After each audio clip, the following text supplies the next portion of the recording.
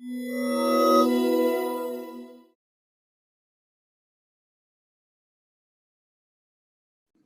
afternoon, everyone, and welcome to Nesta Talks to Elspeth Kirkman. My name is Mark Newell, and I'll be your host this afternoon. I'm currently a Senior Policy Advisor here at Nesta, but previously I worked at the Department of Education where I set up an internal behavioural insights function there. So I've got a bit of a background in behavioural science too. In case you haven't heard of Nesta as an organisation, we're a global innovation foundation that brings bold ideas to life to change the world for good. Nesta Talks is an informal conversational series where we speak to some leading thinkers about ideas that we think are going to shape our future. And today we'll be speaking to Elspeth Kirkman, so welcome Elspeth. Elspeth is currently on secondment to Nesta from the ex-Cabinet Office Behavioural Insights team, which you might know colloquially as the Nudge Unit. And she's recently published a book called Behavioural Insights with one of her colleagues from BIT, Michael Hallsworth. Now, before we kick off, I'd just like to explain the structure of the session. So the first half will consist of an informal conversation between Elspeth and I about the past, present and future of behavioural insights. And then the second half will be open to you as the audience to ask questions to Elspeth about the topic of behavioural insights. I'd like to flag at this point that we are going to try and keep it domain specific rather than about the work of any particular organisation. If you can add your questions in the Q&A as we go along, you will also be able to upvote those from other participants that you find particularly interesting. And when we get to the second half of the conversation, I'll pick out those ones that are most highly upvoted and ask them on your behalf. Great. Okay, without any further ado, Elspeth, in your book, Behavioural Insights, you define the behavioural insights approach as one that uses evidence of the conscious and non-conscious drivers of human behaviour to address issues of practical importance. I was wondering maybe to begin if you could expand upon that a bit and explain to the audience what you mean by conscious and non-conscious drivers of human behaviour, and whether there are any other features that you think are particularly intrinsic to an approach being particularly behavioural. Absolutely, and thank you so much to everyone for joining. I should tell you that there is a bin lorry going down my street making extreme amounts of noise, so apologies if that interferes with us. So conscious and non-conscious drivers of human decision making. Basically, everybody knows that when you make a decision, there are a bunch of different inputs and factors that go into it, and that what you're doing is you're kind of making a cost-benefit calculation. You're thinking about the trade-offs. You're behaving in a completely rational fashion where you've acquired all the information that you need, you've assigned weights to it, and you've operated on that basis, right? Well, of course, that's not how actual human beings make decisions, even if that is how classical models of decision making might describe it and might imply that we operate. If you've ever met a human being, you will know that that's not especially true. And so the way that we actually kind of make decisions is pretty interesting and complex. A simple sort of way that we think about this in the book is we use dual process theory as a kind of model, which is likely to be familiar to anyone who's already got a kind of foundational interest in this topic. So dual process theory basically posits that there are two modes of operation for our brain. As I said, it's quite simplistic, but extremely helpful. So the first is that we have this fast, automatic, kind of intuitive decision-making mode. So that is things like 2 times 2 or driving a car on your commute, or that kind of stuff that's sort of internalized, it's somewhat autopilot, all of those things. And the examples that I just gave show you that some of that information might be innate. So it might be kind of things like avoid heights might be a good example of something that a lot of people may be born with or acquire very early on. But the examples of things like 2 times 2 and driving show that a lot of these are sort of internalized, and they're things that were very difficult the first time you had to do them, but become intuitive and speedy over time. The second way of making decisions, system 2, way of operating, is our sort of deep thinking, rational, deliberative supercomputer. And that's doing all the proper kind of number crunching, cost benefit calculations, all of those things that I sort of described earlier on. The world is designed in a way that basically presumes that we spend a lot of our time on system 2. It presumes that we're conscious of all of the different factors that go into our decision making.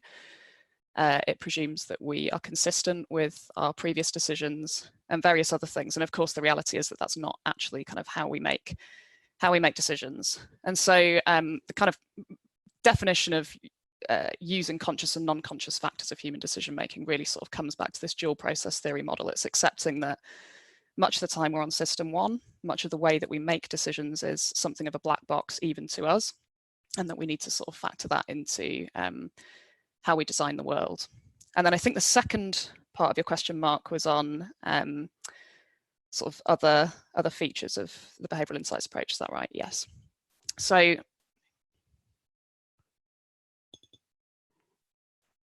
if the first part is building this really deep understanding of how humans actually make decisions, it's very rooted in theory, it's very rooted in all of the kind of research and evidence. The second part is about applying this to real world practical problems. So the behavioural insights approach is very practical. It's not academic theoretical in a sort of lab setting. It's out there in the world, watching people as they behave in the wild, trying to understand it. And then the third piece of it is about robust evaluation. So a lot of the evidence that I'm talking about and that we're building on the foundation of is very robustly evaluated. It's come out of the world's best science labs and all of that kind of stuff. But there's sort of a nice continuous cycle of when you take these insights from academia and other settings, you apply them to real world practical problems and you evaluate to find out whether and to what extent and for who they work. That sort of trifecta of things is the behavioural insights approach in a nutshell. And what would you say to potentially some critiques of behavioural insights as being, like not massively dissimilar to what has been done in the private sector in marketing and over the years? It might necessarily be as grounded in theory, but it's definitely taking on board how humans respond to certain techniques in advertising, and often is tested in sort of A/B experiments. Like, what would you say distinguishes a behavioural insights approach from, say, applied marketing? Yeah, it's a good question. And I think the first thing to say is that I'm, and other behavioural scientists, as you'll know, Mark, are not typically very kind of precious about this. The answer is, to a great degree, this does overlap a lot with all of those things that you sort of talked about. My kind of favourite criticism, which is, I think, within that isn't a lot of this stuff common sense. There is the sort of joke that if behavioural insights, behavioural science, behavioural economics is sort of this, great love story of when economics met psychology. Most of the time it's psychology kind of looking on in horror as economics goes, God, you know what? People don't make decisions in the way that we thought. It's like, yeah, of course they don't. I mean, it's obvious. I think that's actually, number one, quite fair. The evidence I would give for that is that when I've worked on projects and designed interventions, ways of doing things differently in the past, and tried to sort of diagnose the problems, often, the things that kind of come up as being really good solutions, or some of the best things that that tend to work really, really well, are inspired by the practice of whoever the sort of best frontline practitioner who's already working in that setting is, for instance. So people intuitively know this stuff to an extent. I suppose there is some evidence to the counter of that as well, which is even if you get experts to predict what they think is going to work best, so you show them a variety of different nudges or behavioural prompts, for instance, and you say, which one of these do you think is going to work best? They fairly kind of predictably and systematically get it wrong in terms of which one will work best, and also get it wrong as to the extent to which it will work. So it sort of seems common sense, but a lot of this is hindsight is 2020, and if it was that much like common sense, we probably would have already been doing it all anyway. Yeah, and I think that comes back to the point about the importance of robust evaluation. So I think one of my favourite examples of like counterintuitive results is the Scared Straight program in America, where at-risk youths are taken into prisons in order to sort of scare them onto the straight and narrow, and the intention is obviously to get them to behave better in school and to not engage with the criminal justice system later on. But then when they actually did an RCT to test that, they realised that those kids that were in the program actually were more likely to go and commit crime, which is completely counterintuitive. And if you didn't do a robust evaluation, you just wouldn't know that. Exactly, yeah. My favourite example, sort of similar vein, is robot babies. So those things that you give teenagers to try and stop them getting pregnant. The only RCT, as far as I know, that's ever been done on that shows that contrary to whatever your biology teacher told you in school, robot babies cause teen pregnancy. Turns out you're more likely to end up pregnant if you had to look after one of those things than if you didn't. I think that brings me quite nicely into my next question, which is around, I guess, your favourite examples of the behavioural insights approach in practice. Are there any particular areas of policy that you think it's really shifted the dial on over the past sort of decade? And where do you think it might be going next? Yes, lots to sort of unpack in that. So I guess the first, or actually my favourite behavioural intervention ever, and then I'll sort of pick one that applies a little bit more to policy, involves sort of tricking yourself using your own physiology, essentially. So there's a researcher called Francesca Gino who has done research on reframing nerves and anxiety as excitement. So basically the physiology is identical, you're kind of sweaty, you're a bit shaky, all of that sort of stuff. And so she, gets half of her participants to dwell on how nervous they are about something, and half of them to just, say, God, I'm excited about this thing, even if they feel really nervous. And then she tests them on things like maths tests or performance on karaoke or other slightly terrifying things. And it turns out that you can improve your performance by basically reframing anxiety as excitement, which I just think is incredible. However, things that have more of a policy application, one of the sort of richest and most used and also most robust and reliable areas is around this use of social proof or social norms. So lots of people will be familiar with this. This is the idea that just by getting information on what other people do, if we find out that we're in a minority as a result of that, we will change our behaviour so that we're behaving more in line with other people, which I think is somewhat intuitive. The really good example, Michael, my co-author on this book, worked on this in the UK. We did a bunch of trials early on in sort of 2010 as a sort of foundational set of projects for the Behavioural Insights team, where we just told people who had an outstanding tax debt that 9 out of 10 people pay their tax on time. You're in a minority who's not paid. And you see that just communicating that information really makes a difference. And, it's a good example of what I was talking about before. You would think something like tax debt and tax payments would be a decision or calculation that relies on how likely do I think it is I'm going to get caught? Can I afford this? What's the opportunity cost of me putting the money to this versus something else? All of these other things. And it turns out that actually just telling people that they're in a minority and that their behaviour is delinquent works a lot.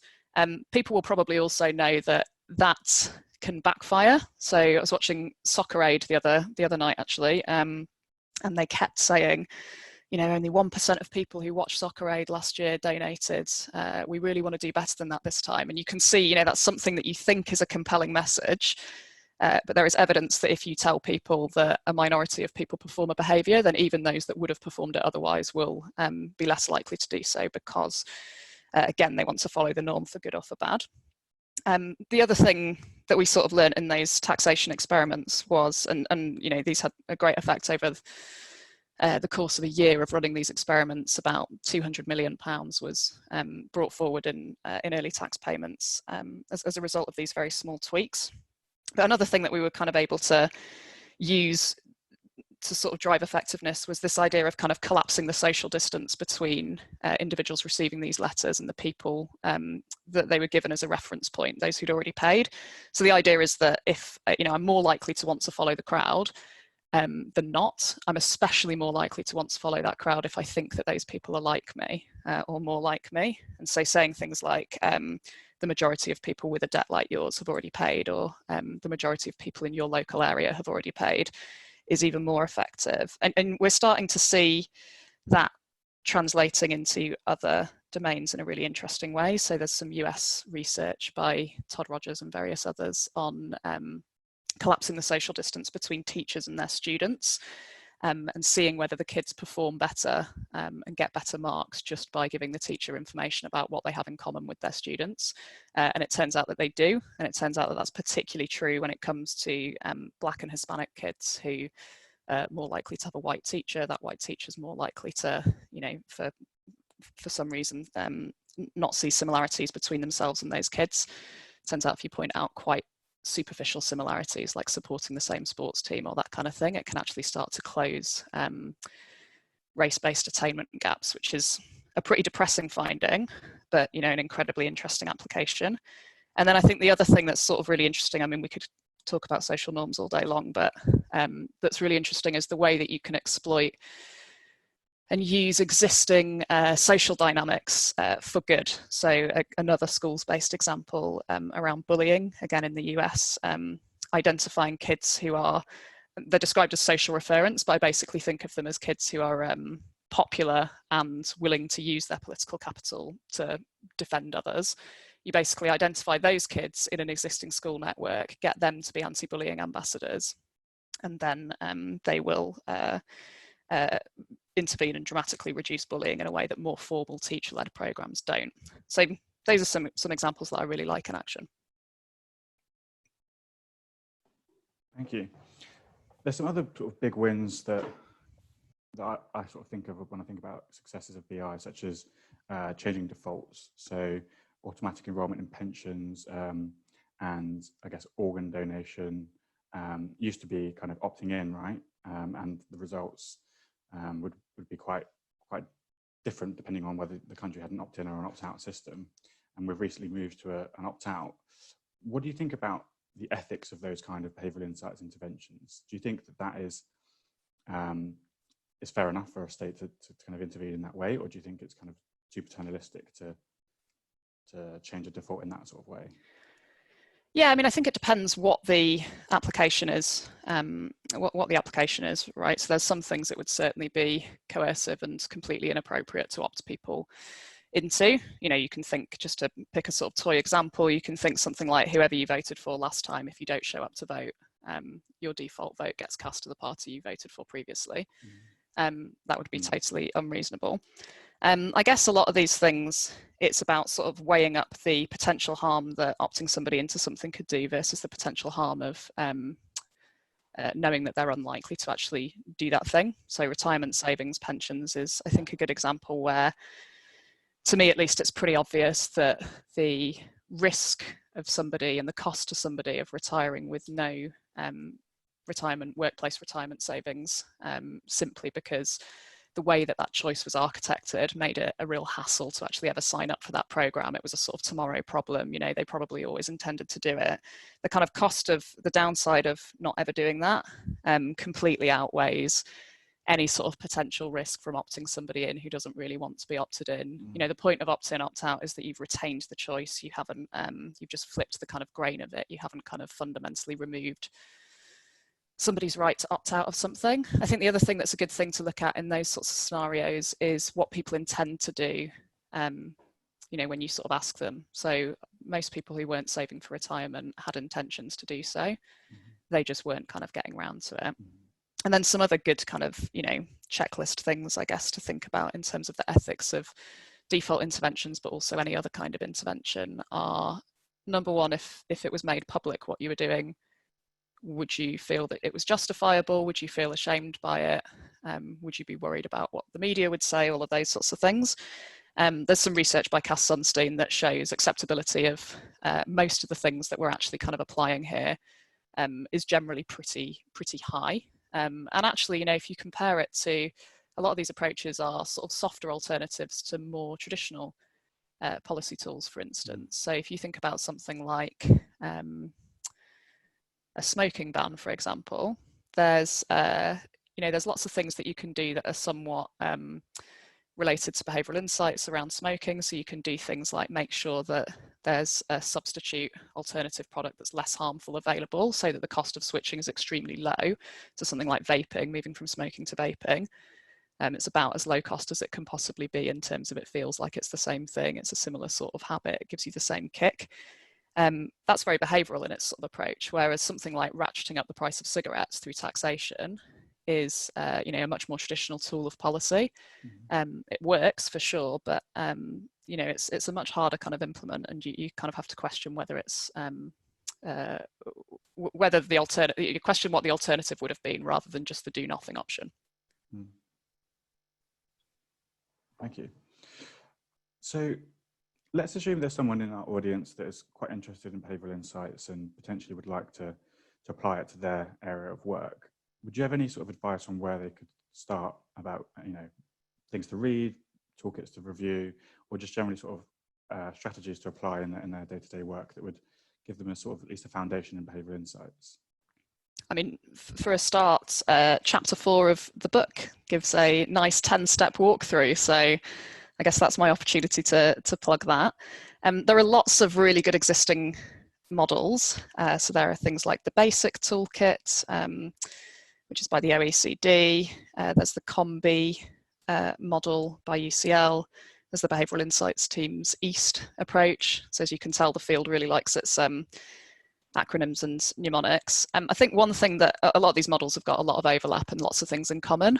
One thing I think that is not often emphasised but is worth emphasising and focusing on is that if you look at a lot of these toolkits, the bit where we sort of design the solution and start measuring the result, which tends to be the thing that's talked about most. If you're seeing a behavioural insights presentation or something like that, it'll all be, here's something that we did that was different and here's the kind of result of it.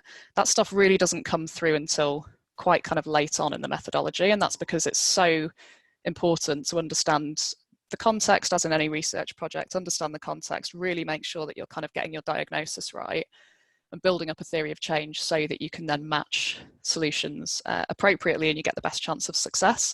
And I think the inclination for people who, want to sort of get their feet wet and dabble in behavioural insights is often to sort of start with a project they'd like to run or a solution design in mind, or, couldn't we just do social norms on this thing, for example, is something that you quite often hear. And that tends to be a bit of a recipe for disappointment, if not disaster. So my main tip would be use those frameworks, but pay attention to how much of the sort of time and space is in those is being dedicated to problem diagnosis, and follow that prescription.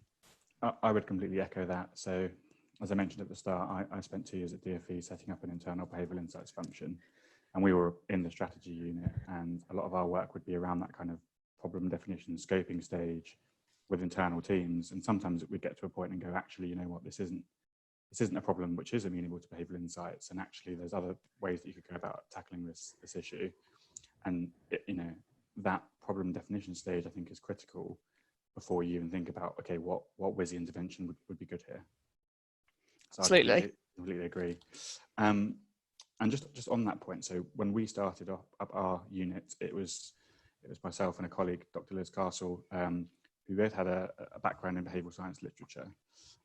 But beyond that kind of grasp of the kind of the BI literature, what kind of capabilities do you think an organisation that would want to set up its own function should invest in? I think data science is probably a key one, but do you have any others that you think, or like a selection of others that you think would be useful? Yeah, I think there's a couple of things, and there's a sort of question about which things do you need in your core team and which things do you need in your kind of partner teams, for want of a better word. So, as I said before, behavioural insights is not something that sort of sits on its own in theory land. It's applied, and that means that you're always working with people who are kind of fully immersed in the context or setting that you're studying and that you're trying to change decisions in. So the first thing would be people with a really deep contextual understanding. And as I said, they can be in your team, or they can be actually better if they're sort of partners, because the devil really is in the detail with the design, and really kind of understanding not just what the sort of archetypally behavioural factors driving the problem are, but also what's going to land, what's going to sort of resonate, what's going to be really bloody annoying, because if you're a practitioner and you've had 20 years of people coming in and being like, oh, there's this new approach, you just think, oh god, I've heard it all before, please no. So good insight and good relationships and a voice given to those who actually kind of deliver the work and understand the context, whether that's someone in the kind of printing factory who knows exactly how the HMRC tax letters go out, or whether it's a social worker who can tell you exactly how they do foster placements. That level of insight. I think the other part that we talked about as integral to the behavioural insights approach is this testing whenever you can, and that's not just for its own sake. That's because a lot of stuff doesn't work, and maybe we can kind of move on and talk about things that don't work and the hard lessons we're learning in the field in a little while. But someone who can run trials is extremely helpful. And then I think the behavioural literature, as you said, is important. But to go back to the point I was making before about spending enough time diagnosing the problem, what you really want is people who are really good detectives. So they can piece together a story, they can kind of build a picture of something, they're comfortable with mixed methods primary research, they can, crunch data, they can talk to people, they can do a sort of walkthrough of a service, and they're really observant, and they're able to kind of, see the world for all its in all its sort of quirky glory and understand exactly how things are operating and how people are making decisions. I'd say those are the sort of key success factors.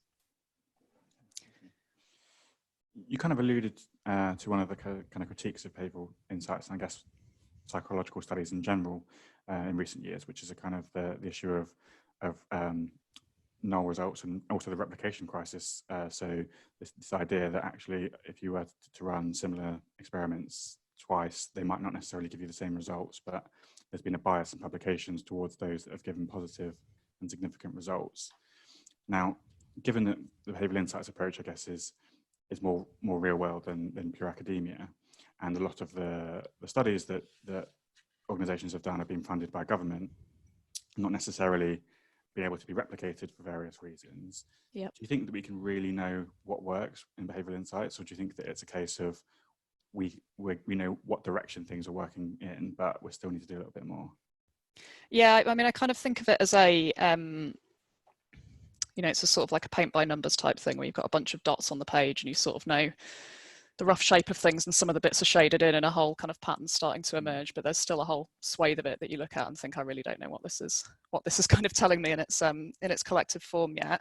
It is, it's very challenging, the fact that a lot of the seminal findings turns out don't hold up, don't replicate. It does mean you need a good degree of skepticism about the underlying literature, and like you would with any sort of evidence-based approach, really kind of pay attention to whether things have replicated. Is this just a one-off effect? Is it a small sample size? All of those kinds of things. And again, not to sound too obsessive, but continually testing, continually having a strong kind of logic to each of your projects that kind of shows why you think the problem that you've identified is going to be addressed by the solution that you've put to it, because it's only through doing that that we're going to start strengthening that foundation, colouring in the bits between the dots that we haven't got to yet. I would say there's some positive news to be had. So there are lots of insights that do reliably replicate. There's a good meta-analysis on defaults, for example, which you talked about before, which shows that the effects varies depending on the setting and all of those kinds of things, but on average they do tend to work and they tend to be pretty effective. Similarly, social norms, as I talked about, and there's just been a good review which shows behavioural insights, so particularly kind of delivered by, it's described in the paper as nudge units, but organisations that run behavioural experiments day in, day out, essentially, there is a sort of consistent positive effect from both the kind of published and unpublished studies that those sorts of organisations has run. It's a relatively, it's a relatively kind of modest effect, but considering these are extremely low to no cost interventions a lot of the time, the return starts to add up quite quickly, and at a kind of population level, you really do see some quite big results. I guess that kind of brings me to a second question on kind of the potential issues of behavioural insights approach. Some people have said, given that it was kind of born out of austerity really in 2010, and has kind of focused on making improvements to services and driving up uptake of various services, or like you say, improving debt repayment rates, that there's a bit of a focus towards, I guess, quantifiable solutions to linear problems, whereas actually a lot of the big public policy issues are really thorny problems that are sort of embedded in really complex systems. Do you think that the behavioural insights approaches focus on linear problems and RCTs actually potentially limiting the amount of kind of radical structural reform ideas that could be put out there? Or do you think that's a bit of an unfair, like, false dichotomy? No, I think that's really fair. And actually, if I think about my biggest sort of the worst case scenario of the legacy that this stuff could leave, I mean, obviously the worst case scenario is that it's extremely effective, but it's only used for evil, for sort of evil and nefarious intent. But let's park that. I think a kind of really bad case scenario is that this is sort of used as a bit of a salve and a bit of a sticking plaster for big problems. It's a way to sort of say, look, we've got quantifiable progress very quickly. You know, it's something that makes everybody feel good, but it doesn't actually, you know, it operates within existing systems, which may be either broken or, even if they're working, extremely complex and interconnected. I don't think that's something that, you know, any kind of credible behavioural insights practitioner doesn't think about and doesn't try to sort of build into their work. I guess the first thing to say is that behavioural insights isn't a panacea. You know, it needs to kind of work with other methods. I think working with systems designers, systems scientists is a really interesting frontier that we've not really done enough of yet, although a lot of the kind of, I suppose, some of the social norms and social networks and network theory stuff I talked about earlier is starting to kind of, you know, get much more sort of interesting in that regard, of the kind of ripple effect of what happens, at least in kind of social interactions. I think there's also some really interesting case studies of where behavioural science has been used to kind of move an entire kind of market dynamic. And again, you know, that's just one part of the system, but it's certainly much more complex than just a sort of linear, we sent people a letter with a different line on the top and they made a different payment decision. So a good example there, and I suppose a kind of live one, given the renewed focus on obesity policy in UK government. The things like labelling, for example. If you can make clearer calorie labelling, for instance, on food, doesn't have an absolutely enormous effect, particularly for those who are least kind of health literate, health conscious, who might be most likely to be exposed to bad food environments and those kinds of things all the time. But it does have some sort of effect, and that small effect means that you get this kind of double nudge, I guess. So one thing is that demand slightly shifts for those consumers that start to, you know, not eat the red traffic light thing and shift down to the amber or green traffic light thing, which means that the market side kind of supply will also skew healthier in sort of response. And I guess the other thing is that suppliers themselves might, you know, overestimate or preempt even what they think consumer response is going to be. So if you're a restaurant and you've got, you know, you've suddenly got to disclose your calories, and you've got something that is just, you know, a horrific outlier at the top of the menu, you might kind of reformulate or move that thing off the menu, just so that you don't have some kind of, you know, 3,000 calorie meal sitting there. And so that's, you know, a good example of something that is quite linear and discrete, but has these sort of ripple effects. And then you have other things like the sugary drinks industry levy in the UK, where traditional sort of taxation tools were combined with a much more behavioural approach to essentially set new thresholds that were based on the sugar content of a drink, but set in such a way that big manufacturers ought to be able to reformulate, take sugar out of their drinks, and sort of duck under those taxation thresholds to be able to reap the fiscal benefit of having less sugary drinks. And again, you know, that's sort of, you can just pass on the cost to the consumer. So some of that is just preempting that people won't buy your drink if it's a little bit more expensive than other things in the market. But it's sort of a really interesting, you know, the entire 24%, I think, from memory, of sugar in that drinks category has now been taken out of the drinks on UK shelves. And it's had this effect, which is market-wide, it works for everybody. So every consumer is drinking less sugar from those drinks without ever having to make a conscious choice, although it does work less well for those in the most deprived areas. But, you know, these are kind of applications, I guess, that go beyond that linearity that you're talking about. Yeah, I think my perspective is that it is a bit of a false dichotomy, and you don't have to do either or. Like, there's a really good paper by someone called Donella Meadows called Leverage Points in a System. And she's a systems thinking practitioner, and basically says that there are key points within the system that if you radically change things at that point, it will have ripple effects throughout the network, throughout the system. And I think that it's basically trying to square that circle, you know, looking at it in a very systemic way and thinking, okay, where are the key points where we can really push and achieve change through some sort of behavioural interventions there, rather than necessarily picking the easy low-hanging fruit ones. Yeah, you're right. In some ways, the argument against it becomes the argument for it, because it's in a system, everything is complex and has ripple effects. It's like if you can find the right place to drop the stone, the ripple will, you know. Exactly. Right. Okay, I think we're ready to have some audience questions. So I've got a few in the Q&A box, but if you haven't had a chance to already, now would be a good time for you to put them in or upvote others. So I'm going to start with the most highly upvoted one. So Elspeth, it says, so far, many of the examples are about changing behaviours of citizens.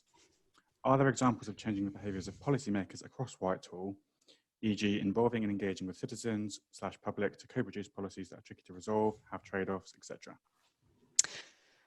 So I don't know if I can answer the second part on specifically interventions that involve public servants and get them to co-produce policies and those kinds of things, although it sounds like that's definitely something that should happen more. This I think is a frontier which we've started to kind of make progress into, but not quite to the extent that any of us would like to. So there's a report, again, my co-author Michael wrote it along with others, called Behavioural Government, which basically looks at exactly this question of, hang on a minute, aren't policymakers also decision makers? Explores all sorts of interesting examples of where the way that information is framed, has an effect on how policymakers make their decisions, and for better or for worse, and basically prescribes some things that we could be doing at the government level, at the civil service level, to sort of safeguard against this stuff. I think a lot of the good research on this is not so much, there is a lot of work in central government and on both politicians and policymakers, but a lot of research on doctor decision making I think is particularly interesting. So, if you were to think of the most rational agent that you can possibly conjure up in your brain, it's someone who, had to do the most years of studying to get their job of basically anybody, and was selected on the basis of being, essentially a human supercomputer. That's kind of what a doctor is. And yet when you look at how doctors make decisions on things like whether to prescribe a particular drug, they're often, influenced by all sorts of factors, and there's lots and lots of evidence showing that you can change the behaviour of doctors just by changing the choice architecture, for example, around the way that you're framing that choice. I can probably add a little bit to that as well. So you mentioned Behavioural Government by Michael Holsworth. I would run some sort of internal capacity building L&D sessions in the Department for Education to kind of amplify that work. So yes, civil servants are starting to become more and more aware of how biases infect their decision making too. It's obviously still a journey, but that kind of literature is starting to permeate through the civil service as well. And then on kind of co-production, so I worked on the teacher recruitment and retention strategy, which came out a few years ago, and we had quite a few sessions with current and ex-teachers to sort of co-design those policies, test their suitability. It's probably not quite there yet, but it's going in that direction. Thank you. Mark, I just wanted, before you ask the next question, because I was just scrolling the questions, I have been I'm curious as to whether anybody has noticed the trick that I've been playing throughout. So we started by talking about conscious and non-conscious decision making, and part of that's about what we pay attention to and what we notice. So I've actually got 7 different cups on my desk, and I've been drinking out of each of them throughout the course of this, and was wondering and waiting to see whether anyone was going to ask me about all my cups. And so I can only assume from this that many of the 126 people didn't notice that I was changing my cup every time. And the reason I bring that up and the reason I did it is that I think it's one thing sort of giving a theoretical account of what this stuff is and giving examples, and it's another thing to sort of show it in action. And a key message that I would want people to take away from this is that none of us are immune. This is just the human condition, I'm afraid. And if you didn't happen to notice my cups changing, then you probably also don't notice a lot of other things in life. And for that, I'm sorry. Sneaky. Okay, so we've got another question from Fidian Warman. Given most people are aware of the climate crisis, but many do little to limit emissions, change voting behaviour, etc., how could behavioural insights best help behaviour change around climate change? This is a fantastic question, and climate change, you really couldn't design a tougher behavioural, well, maybe coronavirus, maybe a pandemic is a tougher behavioural problem, or as tough, but with climate change, it's, we know that the things that make people respond and make people take continuous and sustained action are things like having feedback that shows you the effect of your actions. You don't get that in climate change. Having a sort of salient reminder of what it is that you're kind of working for. We all have a sort of abstract image of polar bears and all of those kinds of things, and various other things. And climate change is very kind of difficult in that regard, and not least because it can feel like you're a drop in the ever rising ocean because of things like industry emissions. So I think one of the things I would say about this, and we kind of discussed this a little bit in the book, is that thinking really carefully about what would motivate somebody to take action and take action repeatedly. So repeat decisions and repeat actions are really, really tricky to get people to do. There's a lot of evidence that good intentions can translate into changes in behaviour. You can nudge people to change their behaviour, but if you're asking them to do it again and again and again, they get somewhat inured to it. And yes, they might sort of do better than they would have done otherwise, but the size of the effect often fades over time. Some ways to counter that. One is try and just change the choice architecture, so the environment in which they're making the decisions, so that and the way that the decision is framed and structured, so that they don't actually have to make an active decision in order to do the right thing. So we talked about defaults before. Any way that you can kind of use defaults in climate change policy would be very helpful.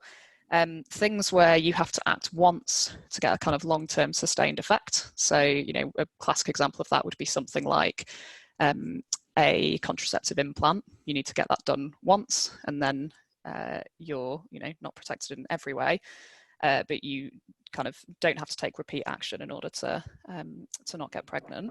The sort of equivalent of that in something like climate research might be, how do we get people to it's not a very good example because it's not probably going to make the hugest difference, but how do you get people to buy a reusable cup or something like that? And then I guess the third thing is when somebody does have to make a repeat conscious decision in order to continuously enact a behaviour, and you can't follow any of those other pathways, how do you get them to kind of internalise the reason that they're doing it, and to do it for intrinsic reasons rather than something that is kind of extrinsic or something that they believe but they haven't quite internalized. So an example of that is there's some research on voting that shows that just getting people out to vote once makes them more likely to vote even without prompting the next time, because they've kind of created a narrative and internalized why they did that and all of those sorts of things. And so there might be equivalents in climate research, but it's a really tricky, sticky area. Yeah, isn't there some evidence to say, if you frame it as I am a voter, that is part of my character, my personality, you're more likely to continue to vote. And you could probably do something similar, I guess, with being I am an environmentalist rather than I occasionally do environmentally friendly things. Yeah, and I think the interesting thing as well, which you've just kind of triggered the thought on, is we often make the mistake of wanting people not just to do things, but to do things for exactly the right reason. And so, often you see an environmental action. It's not good enough if somebody recycles. They have to recycle because they care about the planet, for example.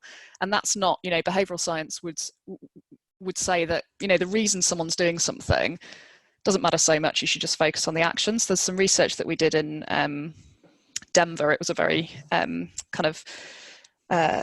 small project, but we did some research in Denver on getting businesses to shift to filing their taxes online.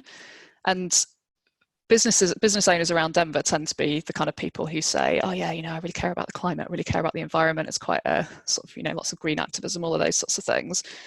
And we tested the kind of messaging I started by talking about, which was most other business owners now file their taxes online, versus this message around, do it for the environment, do it because you are the kind of person that really wants to, save the planet. And it just turns out that most people do their taxes online is way more file their business taxes online is way more effective. So you know, you get the same outcome, less paper, but not for the same reason.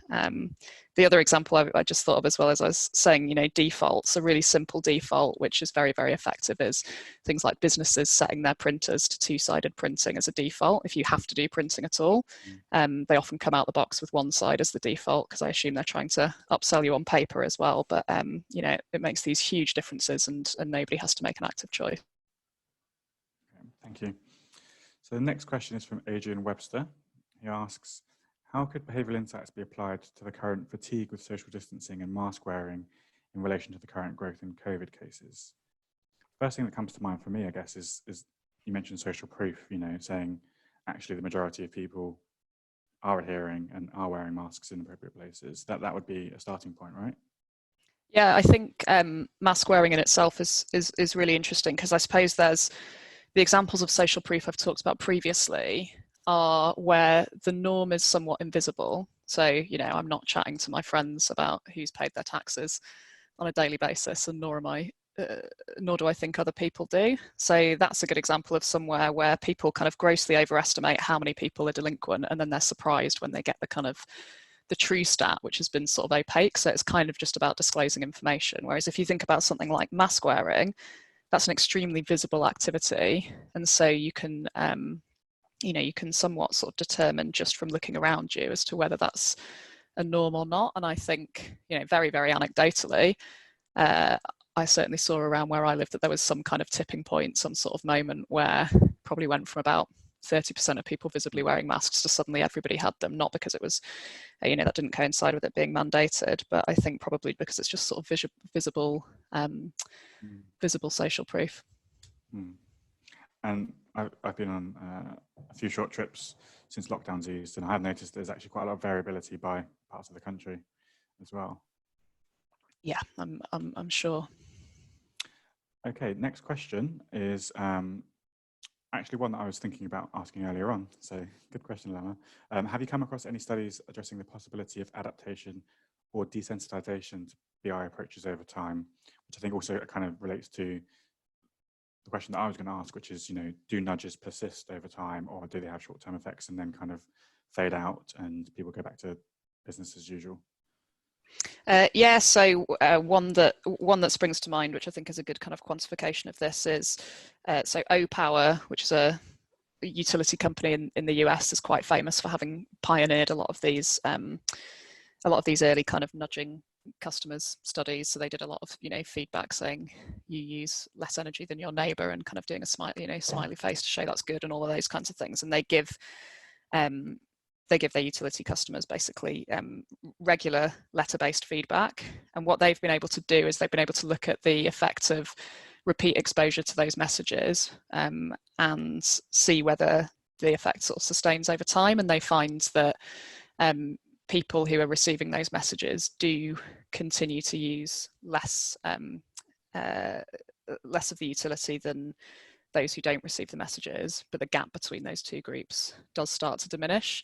And when you get a new message that comes through, a new kind of prompt saying, here's your consumption, your sort of behavior corrects back again to say, oh yeah, you know, I remember I'm, you know, that person that doesn't run the shower for so long or keeps the lights off when I'm not in, and that kind of stuff. But it very quickly sort of starts to fade. You know, as I said before, it doesn't sort of go back to an absolute null effect where there's no gap. It just does kind of fade. There's also one of my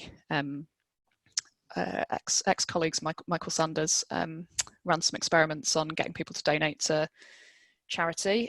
One of the things that he tested there, which is pretty interesting, is if you give these are investment bankers, and if you give them a little packet of sweets, which is worth about 50p, something like that, they will reciprocate and they will donate an entire day's salary to charity, which is a pretty great return on investment.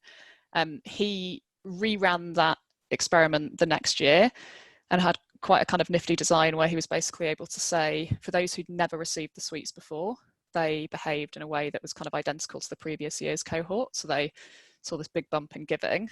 For those who had received the sweets in the year before and received them again, they gave a little bit more than they were more likely to give than people who had never received the sweets, but not anything close to as likely. It was about half the effect size compared to those who were getting the sweets for the first time, and it was a novelty. And so, you know, really kind of understanding what's going on there can help you figure out whether, you know, do I need to sort of change strategies constantly? Is it all about testing, learning, adapting the whole time? Or is there something about how people, you know, were originally sort of seeing this as a novel kind of out of the blue favour, and now they're like, oh, this is the time I get bribed with the sweets to donate to charity, and they sort of become a little bit a bit jaded. So I think pairing, you know, one thing I would say is pairing your quantitative findings with qualitative results that explain how people interpreted your intervention and what's sort of going on for them is a good way to get to the bottom of that. Great. Just a quick question. Could you repeat the name of the researcher who did the study around anxiety and excitement? Yes, Francesca Gino. Francesca Gino. She's at Harvard. Okay. So next chunky question from Alison is about the critique of behavioural economics. We've focused narrowly on linear processes. We've mentioned systems thinking. Alison thinks there's an obvious complementarity between behavioural economics and, for example, service design. Are you aware of any significant initiatives in this space? Yes, so I totally agree. I think these are really complementary areas. I've worked with service designers and various other sort of schools of design in my career as a behavioural scientist, and I think that they fit together really, really well. And actually, the thing that I was saying earlier about what you want is people with fantastic detective skills who can figure out, you know, who can really kind of figure out what's going on and what's between the lines. You know, those are sort of design skills at the heart of it, I guess. I know the Canadian government, the federal government in Canada, and I think maybe some of the provincial governments as well, has a really interesting model in relation to this, where they have behavioural science folks, they have data scientists, they have all sorts of other innovation experts, designers, that all sort of sit together in their innovation hub, and most of their projects are kind of multidisciplinary and kind of work together. And I think, you know, some of the sort of bits where you end up kind of getting tension and it's sort of difficult when you're bringing methods together, and it's worth sort of getting ahead of if you're doing a mixed methods project, just based on my experience, of things like people getting precious about whether you call it a behavioural intervention or whether you call it a design intervention. You know, my personal take would be, don't care if it seems like it fits the problem really, really well. And we think it's the best solution, and we think it's got the best chance of working based on the evidence and the shape of the problem, then it can be called whatever anybody wants it to be called, whatever's most likely to kind of get it implemented. I think also some of the kind of ethos around how you measure and evaluate things can be quite interesting to explore. But again, you know, as I was saying, I think blending empirical methods like randomized control trials with things that look at the extent to which something was faithfully implemented, how people experience the intervention, what the kind of mechanisms for it working might be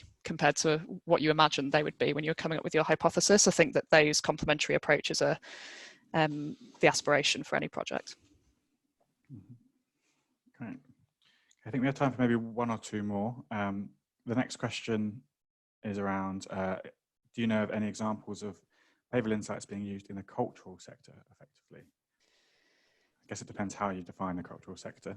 Yeah, I mean, you know, if we're thinking sort of entertainment in general, then, you know, of course, a lot of the big entertainment companies will be A/B testing and using all of these different sort of hooks and ways of framing things all day long on you. And we wouldn't necessarily kind of know about it. One thing I think is interesting is that actually a lot of interventions, some of the most interesting interventions probably, in my mind, straddle what we might think of as sort of cultural topics in behavioural science. So edutainment is a field I'm really interested in, you know, where you use narratives, you use kind of entertainment and cultural content to convey messages that change people's sort of hearts and minds on particular topics. So things like teen pregnancy, there's good evidence that, or HIV testing, there's good evidence that by embedding it in a storyline, you can have a much better effect than giving a lecture to some kid about what they ought to be doing and not doing. There's also, I mean, there's quite a lot of museums that have run various experiments on things like pay what you want entry pricing, where they've tested things like if you frame it as pay it forward, so you pay for someone who's visiting later and somebody already paid for you, turns out that people will donate more. I think that was the Cartoon Museum in San Francisco or somewhere that did that. Okay. So I'm conscious of time. I think it's probably about time we wrapped up. So I just wanted to say thank you very much to Elspeth for her time this afternoon. Your book, Behavioural Insights with Michael Hallsworth, is out now, right? With MIT Press. It is. Amazon seems a little confused in the UK, but it is out now. I'm working on why it says the 22nd of September on Amazon. Sure. And thank you to everyone that's joined us and for your excellent questions. If you enjoyed today's talk and would like to come to future ones, please do sign up to Nesta's newsletter. Coming up next, we have Edinburgh Future Institute's Shannon Vallor on moral debt and technology, and Wayne Holmes in conversation with Lord Tim Clement Jones on artificial intelligence in education, which should be really fascinating. So yes, thank you once again to Elspeth. Thank you to everyone that's joined us, and I hope you have a good afternoon. Thanks, everyone.